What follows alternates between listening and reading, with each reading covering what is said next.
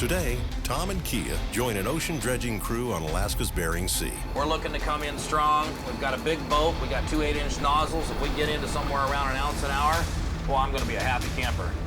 For this crew, they either go big or they're going broke. I want the anchor up! I'm way too close to shore for this big of a boat. Do these men have what it takes to find serious amounts of gold? When you get that gold fever, you go from a creek to a river, and from a river to an ocean. Now here we are in Nome, Alaska, and that fever's taken us a long ways.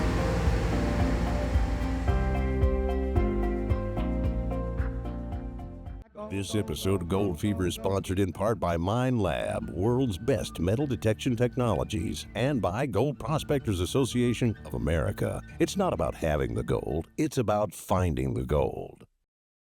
All right. Good job, good set. Over the top. Come on. There you go. Oh, going for the blood. Good failure, brother. Yeah. This is Frank Hobbs, CJ, and his dad, Steve Coulter. They're just a few normal guys hanging out in Nome, Alaska for the summer. That's right, baby. Enjoying the weather and playing in the Bering Sea. Of course, when I say they're normal, I mean they're nuts. And when I say they're playing in the Bering Sea, I mean they're at war with it. These guys run an ocean dredge called the Dredginator. And up here, in this line of work, everyone's a little nuts. You gotta stay on top of your game. When you're out at sea and there's a time that's testing you hard, you're physically pushed to the max. Maybe you came up from a dive and there's a tender that's sick and can't work. And we hand pull our own anchors.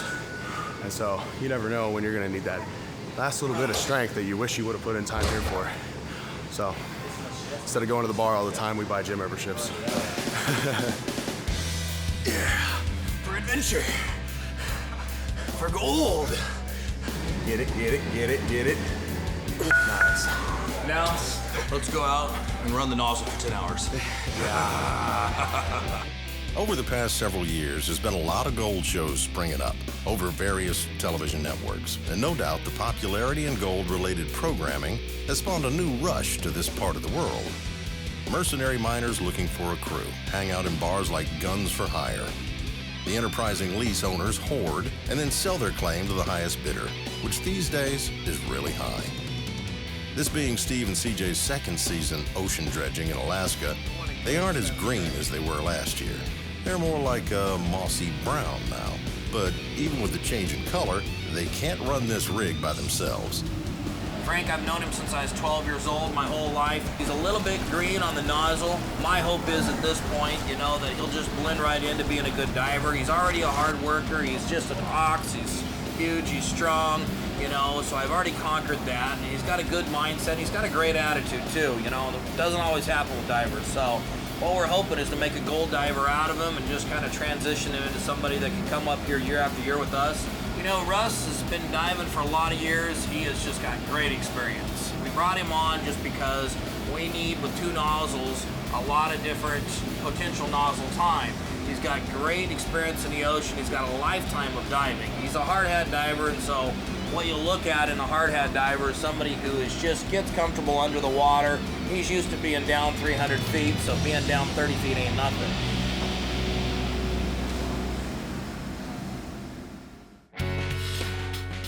Last summer, when Gold Fever shot with the Dredginator, they hadn't finished building it. There was still much to design and fabricate by the time our cameras were gone for the summer, so we never got to see what this baby could do. Being born and raised in Northern California, where hunting, fishing, and gold mining is just part of our life, I just never really realized that gold would get up this high, and I could actually probably take it to this level. Never find the right wrench when you need it. Oh, there you go. I was thinking of you. Well, me and my dad wanted to have new adventures all the time. He comes to me again and he goes, how would you like to go to Nome? Where's Nome? It's in Alaska. Isn't that cold? Coming up here last year and really living the first year up here, we had some high expectations and we met some major resistance. The bottom line is I got to get this boat working.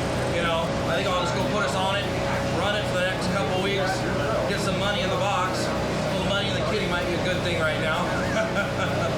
This year's expectations are even higher. Now that we've gotten our butts kicked kind of 1 year, we got out, we got gold, but we learned a lot. Everything that could go wrong does. Every challenge that you weren't even foreseeing still happens. It is not easy.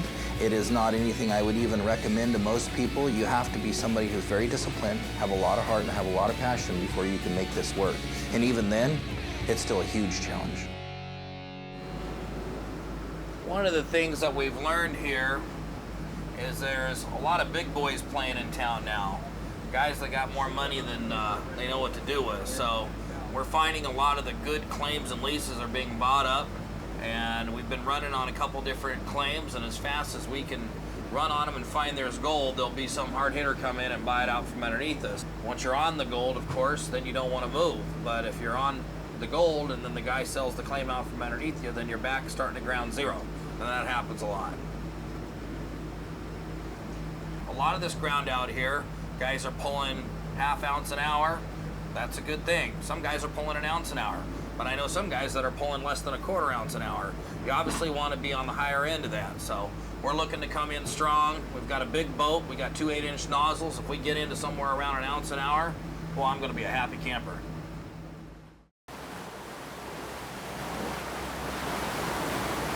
You can be with Russ. I mean, you guys can trade off the whole time. It's kind of how it goes. When we have good weather, we got to try to work as hard as we can for as long as we can. Time is money. Yeah. More time spent, more money gained. I mean, we need to make some right now. Yeah, we do need to make money. Consistently bad weather in the middle of the summer up here. July and August always has a lot of bad weather, very few running days. So we're way behind the game on ounces already. And of course, the dynamics means that we need a lot of nozzle time from here on out. So we'll have a couple good days here and there throughout August, maybe a 5-day stretch. That's good, that's strong. But as we head near September, we're hoping as it lays down for us, we might get a 3.5, 4-week stretch. That's night and day, that changes everything. The merc level's gotta be down, so hopefully we got some clear water and we'll be able to see the gold. You get me under that water and I'll take it all. That's what I want you to do, son. Take it all. I can see that house in Maui now. One that you got or the one that I'm getting? Now, it all comes down to, you know, you got to have enough money always flowing to make this thing pay for itself. Obviously, you want the good weeks where you fill the bank account up, but as long as we get 2 or 3 days in a row and we pack in a little bit of gold, then we got money to keep this ship rolling. See, this ain't like the government. We can't run in the red. We got to run in the black. Well, we've marked a spot here that we were on with some good gold. Since then, the claim is sold, and so therefore we're moving on to another one, but we're going to pull our buoy, which is attached to a 150-pound scoop anchor.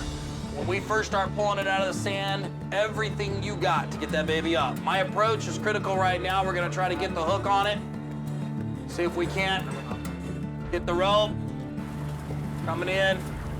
Shut down engine. 3, 2. Hook that baby. Bring it up. Get Let's it. go with it. Here. Get that one. Get that one. Get that.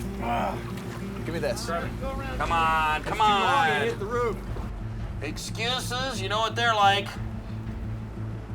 Well, we're gonna make another approach. We've missed our buoy and our anchor the first time. See if we can get it this time. Time is money, and hopefully we don't lose too much time trying to pull up our old anchor. Round 2. Ding, ding.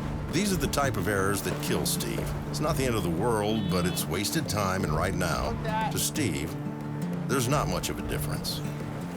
Okay, I'm walking it down I'm walking it to you. There it is. It's coming to you. It's almost to you. Coming, it's right It's there. almost to you. It's underneath you. It's underneath you. Get it. Come Hook it. on. Hooked.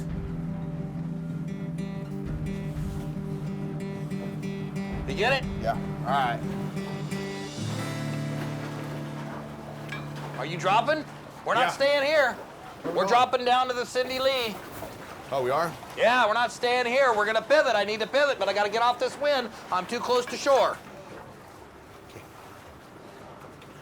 Hey, I want the anchor up. I want the freaking anchor up. We're not staying here. Get it up. I'm going toward shore.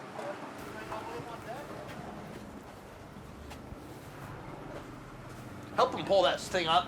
Got it. Help him get that thing up. I'm way too close to shore for this big of a boat. Want it all the way up on deck? Yeah, we're going down further.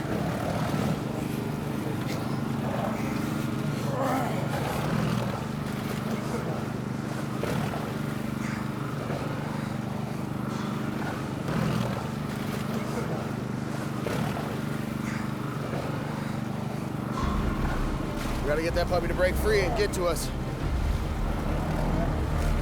Pull forward! You up? Forward! Is it clear? No! I'll stop! Stop! Stop! Get your foot out of the rope! Get your foot out of the rope! Anchor it off. Make sure there's a line anchored off. Get the end of the line anchored off. The end of the line. Watch your knee. Clear yourself. Come on. Clear yourself. The wind has picked up on us, and that's a problem already because if this goes to crap on us, we're not going to have very much time on the water. That's my first concern with the gold mining, but right now we're trying to stay off this sandbar. There's a sandbar just out from the edge, and you get over on that thing and you get high center in a boat like this, you're done. You're done. We're gonna try this again. We lose it. No, we didn't lose it. Because of the wind, we can't quit going in motion this way. We can't. Well, it looks like at this point, unfortunately not because I don't have reverse and the wind's blowing at a certain speed, we can't pull the anchor up fast enough that the wind is bucking us, so as a result, it's pulling it out of our hands faster than we can pull it up because this big old boat's just like a freaking sail. And when there's wind, you gotta figure those factors. Another challenge, and we're still not even mining for gold yet.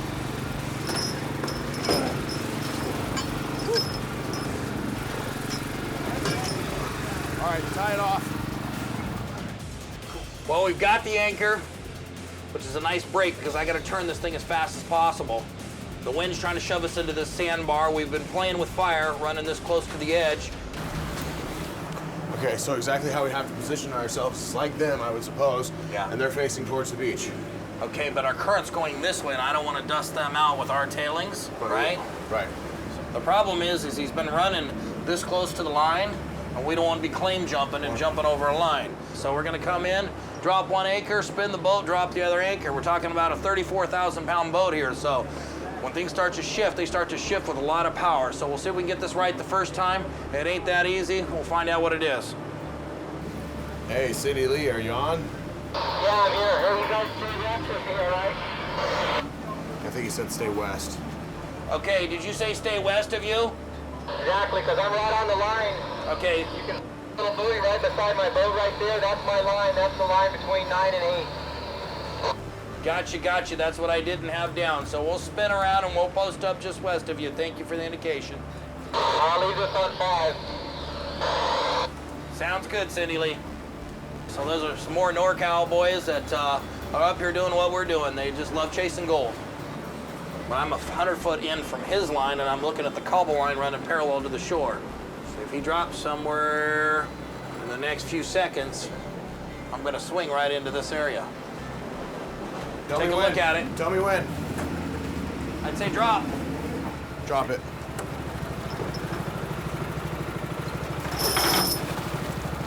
I think we're gonna be too close. All right, get ready on front anchor. Front anchor. Aye, Captain. Drop it. Drop it. Go. Anytime now, boys. Now, as you can see, we're kind of setting in a line here. We're paralleling the shore, and when you're looking at what's going on with the dynamics of subsurface, we've got some cobble lines that run, and they parallel the shore. And when you figured out that line, as they have and now we are, you want to run where you already know that cobble line is. So we're anchoring up, putting ourselves in position, and it looks like I did a pretty good job of lining us up with the shore. We're anchored off. We need to get at least one more out. We got 2 out, and we'll be able to set this baby up to run. I like it.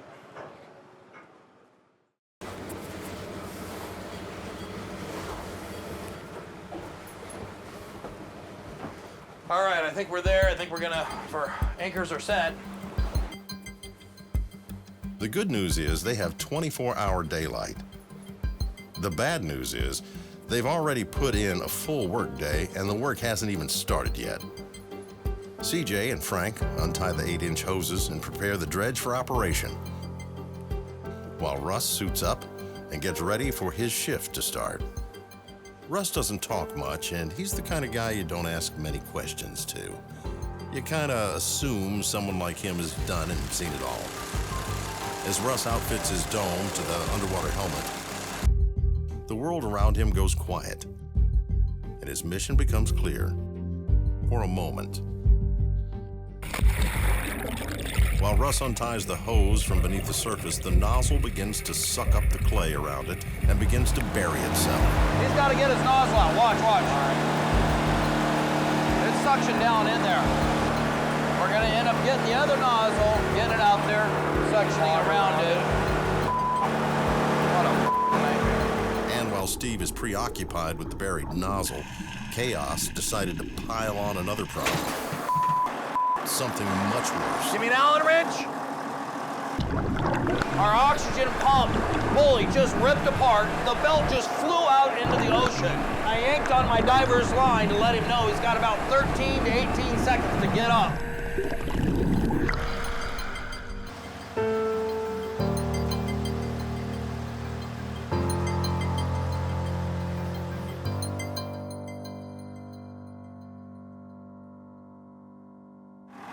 So what we've got, obviously, is a pulley that, who could have known it was going to explode? It exploded, and the belt took off like a freaking tire and shot out into the ocean. So the belt's gone, the pulley's exploded. You know, it's crazy how it's just a challenge and it's a fight to get to the gold. But I guess if it was easy, anybody would do it. Like I said earlier, you got to be a little nuts to want to do this, but you also got to be smart and determined. Steve has sacrificed too much to let any fluke or act of God come between him and what he has to accomplish up here. In this environment, you quickly realize who the leaders are. You also realize why most people can't and won't do this work. Even when there's no solution to the puzzle, Steve and his crew will make one. You know, it's kind of amazing. You have these complications that happen. I was down 22 minutes. I'm okay with that. You know, we had a major complication. The team pulled together. We got the tools. We got on it. We happen to have the parts. It's not a race car pit stop, but in a way it is. You know, the last thing you want to do is just be dead in the water or fighting it or have just a bunch of stupidity, you know? We pulled together. We were a team. 22 minutes is not bad. I'm good. I got a diver going back in the water. We're going to get some gold. These guys aren't chasing any deadlines. There's no morning staff meetings or projection reports on the dredge. They're limited by nothing but their own ingenuity and will. CJ and Russ know it's time to get busy.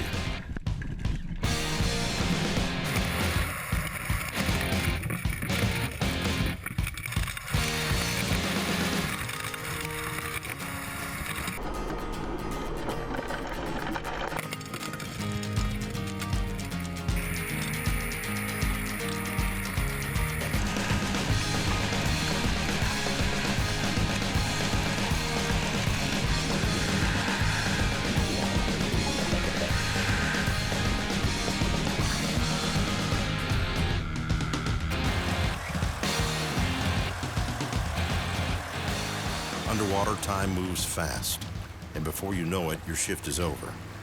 It's 2 a.m. now, and the crew feels satisfied with the work that was accomplished. Another successful day of dredging. We were challenged. We had some complications. Everybody worked together, teamwork. Gotta love that. We got back online. Everybody made it happen. I love that. At the end of the day, we got gold in the box. We're all going home. And we're a little hungry, so we're gonna eat some serious food too. You gotta love it. Good job, team. Way to be, guys. Yeah. Love it. Thank you. Thank you, guys. Looking forward to tomorrow for more gold.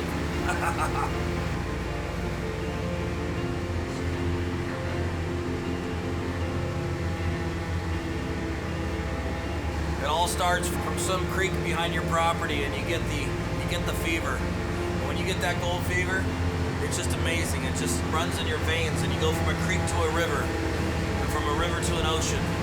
Now here we are in Nome, Alaska, and that fever's taken us a long ways.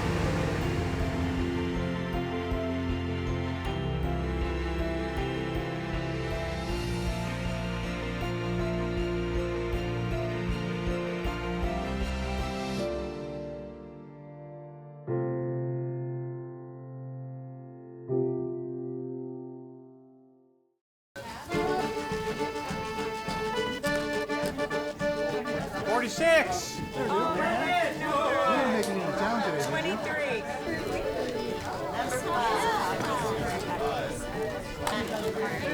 Number 79. Larry, you ever got number 1? I got number 6 one time. There was only 7 people in a draw. Almost a true story. Number 1. Yay! Nice. Back at the Cripple River Mining Camp, the Friday night party is in full swing. Locals from Nome make the 12-mile journey to the camp every Friday to join in on some food, drinks, and a few laughs. You never know what kind of folks are going to show up from town. And tonight, some of the more savage locals made their way into camp.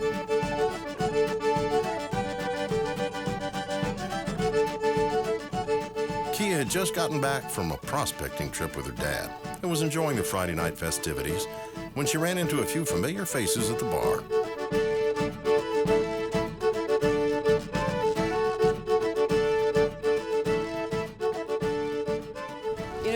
Last year was my first time ocean dredging, and I had a lot of fun, but I haven't done it since, and I'd really like to get back out there. Hey, you want to come out and do it with us? We've got a great big boat, 2 8-inch nozzles, a lot of fun. You got to come out. It's a safe boat. I did my first dive on it yesterday, 5 hours. You do have 2 of them. 2 nozzles, yeah? 2 8-inch nozzles. Wow. Yeah, and they You got to bring your jet out. I'd you like guys to see dive that. together. That would be awesome. You know, I'm really excited to get under the water with my dad. I get to do it with my son. That would be a wonderful thing to see you guys do. Yeah. We can totally do that. Both 8-inch nozzles, same time, lots of gold. Nothing better than that. You know, spending every summer up here my whole life and seeing everyone working the beach boxes and all the dredges out here every summer, I think there's still got to be so much gold left out there. Absolutely. Well, I'll tell you what. Let's go get it. Let's get some gold. Yeah. Let's get it. Let's get that gold. Yeah. Woo! Woo! You guys ready?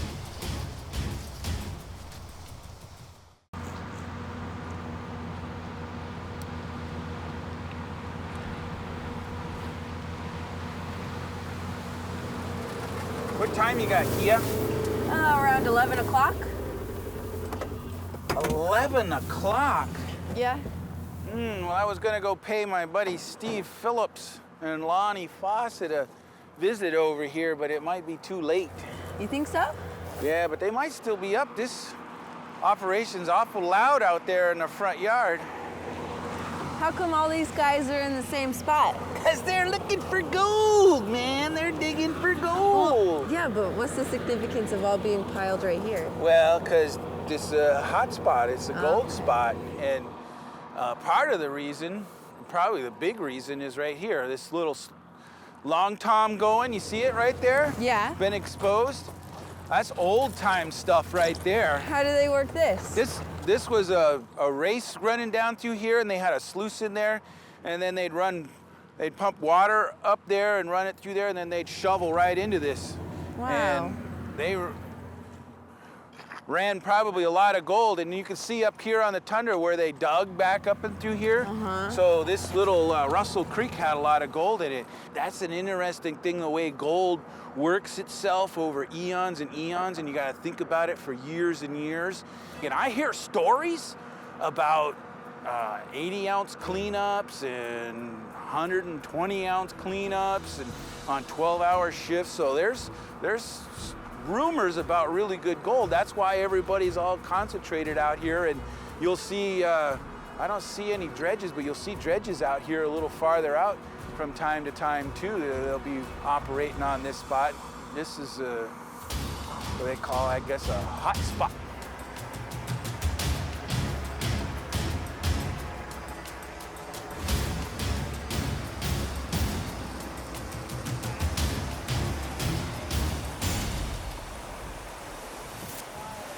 Tom's no stranger to an ocean dredge, but Kia, she ain't exactly a grizzled maritime veteran. So an opportunity like this was just too good for her to pass up. I never really thought anything of ocean dredging. It sounded a little more dangerous than the dredging I've been used to, so I'm like, you know, I gotta try this and put it in my book. I saw a jellyfish, some flounders, and I saw nice scattered specks of gold all over the sea floor. It was so cool. After her time in the Bering Sea last year with Steve and Spencer Phillips, she was hooked. But this time, she found herself a much bigger dredge. There's gold out there, I tell you, gold! You smell it? You smell it? Ah, crisp in the air. It's all out there for the taking. For adventure! For gold! Woo! Ooh, talent, hold the gold! Woo! No! Checking out what the gold looks like. Pretty little shiny stuff. All at the bottom of the box. It's always nice to see gold on the top. It means there's gold lower. Pickers will stick right on the top. Flower gold will get shifted down into that miner's moss and that magic mat, as we call it. You can only feed as much material as the sluice box can handle. You start feeding too much material, but you can tell when you're down there, you know, if you're in gold-bearing material, you're gonna have gravel, you know, you're gonna have rocks, and so you can't hog too much of that stuff through. If you get into sand, you know, and you can hog too much sand through. If you're hogging too much material, you can, you know, and you see it going up through there, your sluice box can't handle it. So you gotta let it suck some water every now and then. You gotta be mindful of what's happening in the sluice, because that's the whole point, is, you know, getting gold. And if you're boiling too much material through your sluice, you can push gold out of your sluice. So there's a good happy medium to There what is a good I happy do and what there's a needs good to happy happen. medium, and that good happy medium is the sluices. That's the you know, the key point where you're catching your gold. Yeah, because I just like, it's like a big vacuum in a big warehouse, and I'm cleaning the floor. Yeah, and you know, you could tell, you know, when you're just like getting a lot of material, sometimes you just kind of let it, you know, for 30 seconds, just suck a little water if you're sucking a lot, and be mindful of what's going on in the sluice box.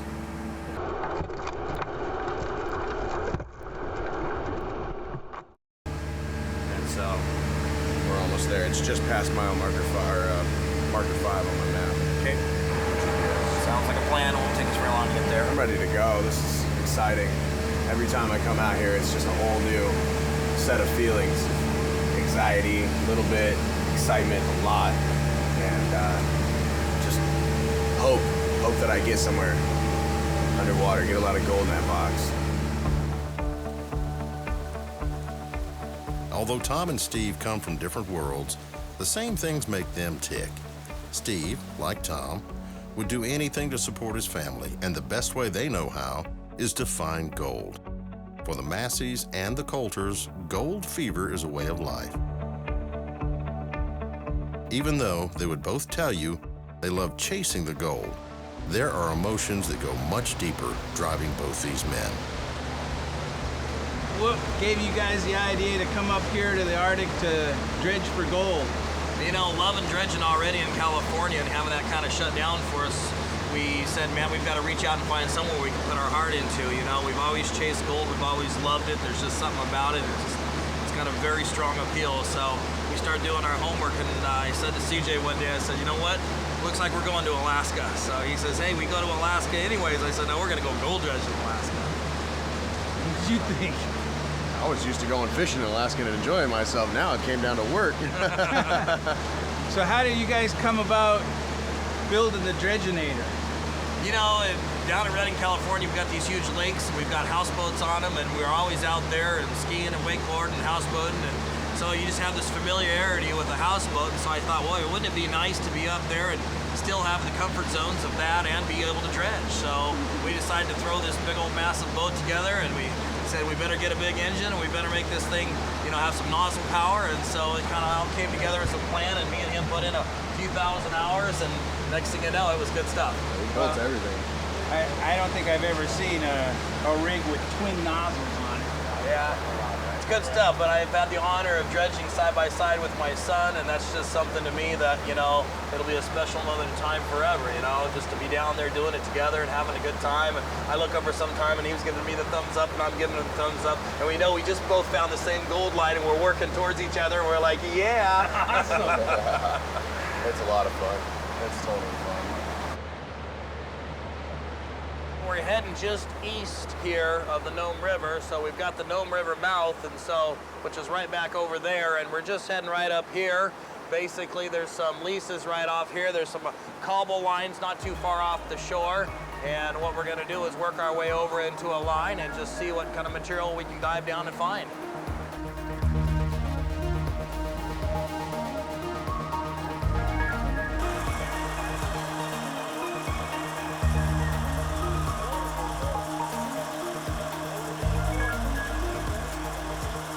Today, things are cooperating with Steve. The sun is shining and the ocean is glassy.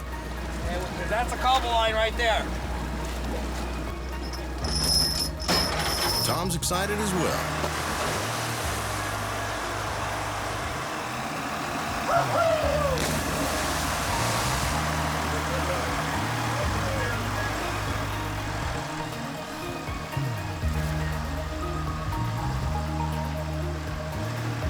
Just like Miami Beach.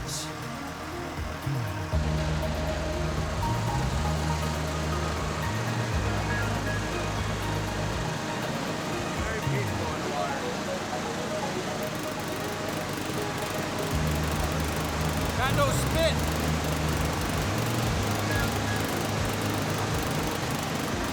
Keeps it from fogging up. So Tom, I'm gonna have you take this nozzle, because her nozzle's already down, okay? And then you can just come over to her and it'll be easier on her, okay? Your nozzle's already down, so when you go down in a second, you're gonna go off this corner right here, and you can just swim right down to your nozzle, wait there, and your dad's gonna come right over to you, okay? Okay. All right? You ready to do some dredginator, Kia? I'm ready. Dueling 8! Dredginator!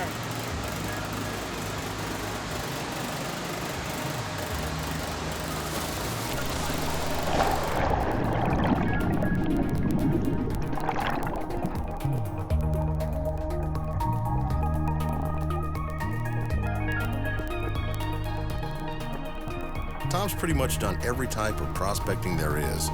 It's not often he gets to experience something new in the world of gold mining, but this is one. Ocean dredging the Bering seafloor with two 8-inch nozzles. That's pretty cool. And it makes it all the more special for Tom to be having this first experience with his daughter. For Tom, that's where the real gold lies.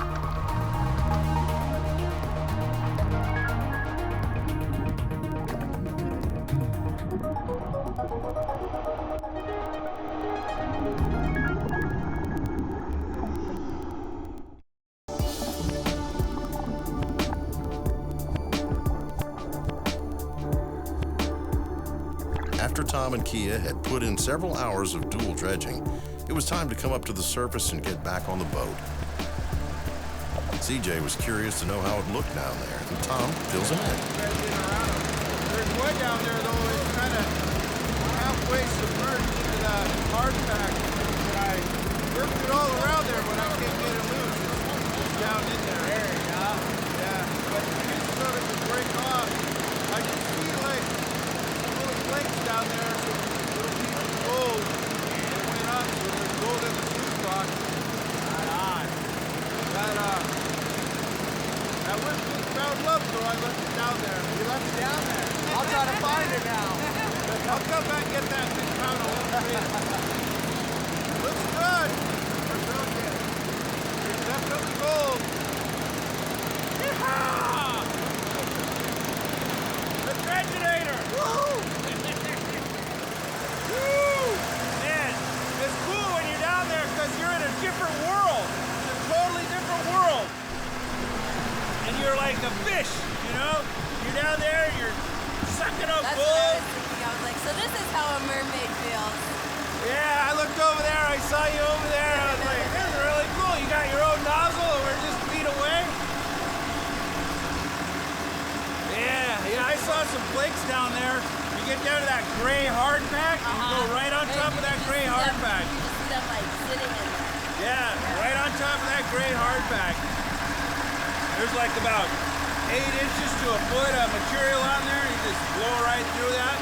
I love how you got the little angle iron on the bottom where you can grind with it. Yeah, you like that. Yeah. Cool, huh? I saw gold. Oh. There's some big ones down there. Good. There's one I worked out around it, and I was gonna try and like roll it, but it's stuck in there. Okay, there's a lot of work, but once you get those moved, sometimes that's really good. Yeah. After Tom and Kia's shift was over, it was Steve and CJ's turn. The young buck doesn't want any distractions down there, so Russ rigged CJ with his dive helmet.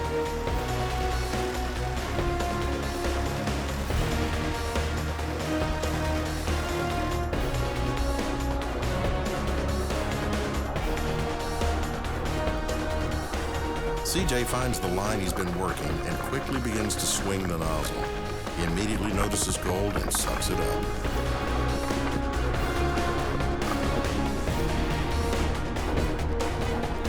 He notices more.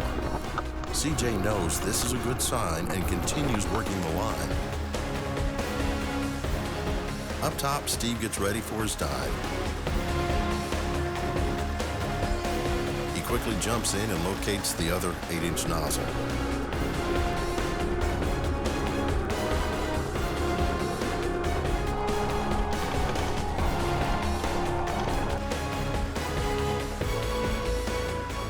The father and son team find each other, and CJ shows his dad the material he's been working.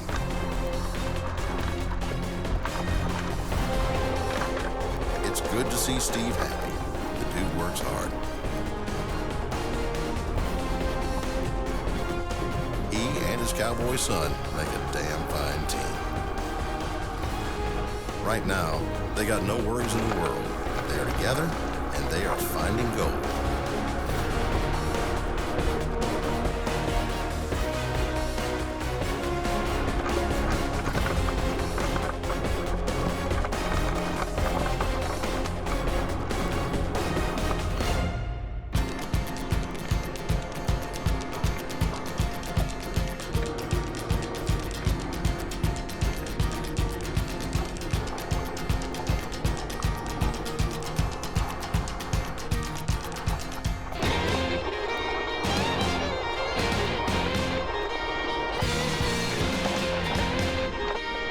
Today's been a good day. The Dredgeinator has done well for her crew.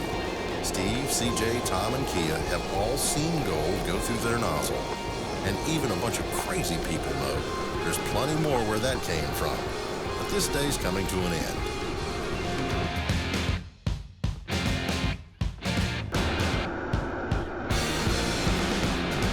You can't really see CJ's face right now, but let me tell you, he's got a big old smile on him.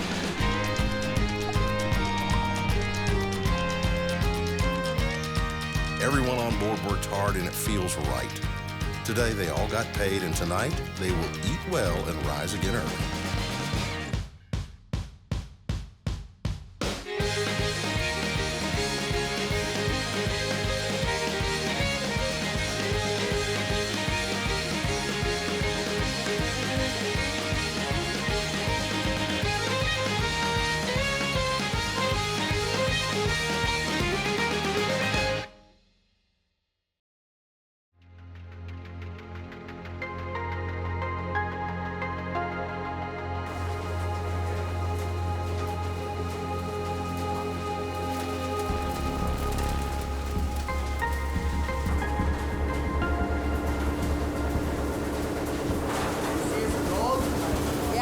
I saw some already. Oh, I saw some.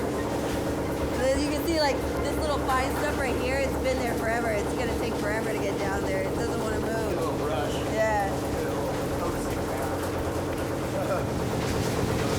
So it's a great day out on the ocean. Yeah. Thank you so much for letting us come back here and use this awesome piece of equipment. What do you got going on here? This is a shader table. I figured, you guys let us use your dredge, me and my dad, and we saw all your concentrates in the buckets, and we were really excited about the material that we saw, so I figured you guys come out, we can just suck up these concentrates faster, and all see what we really find. See is hours of panning I don't have to do. Like, that's all going down the line. It's good. Look at the gold. Yeah. It's exciting to see all this. Wow. I can't wait to see all the results. All our hard work right there. It's like they're dancing. Yeah. They're just dancing along. Beautiful. Yeah.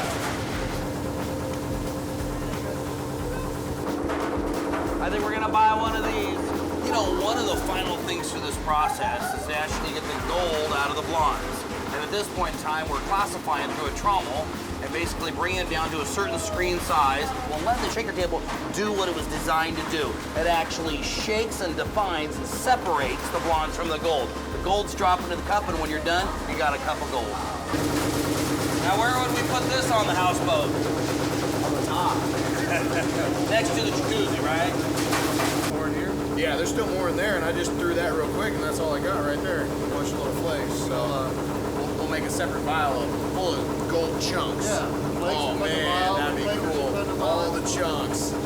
So we can show them off in there? Yeah. Grab a handful out of there, a bunch of chunks.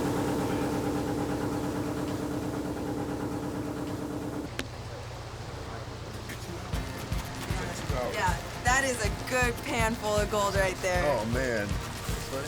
It was great. It was great.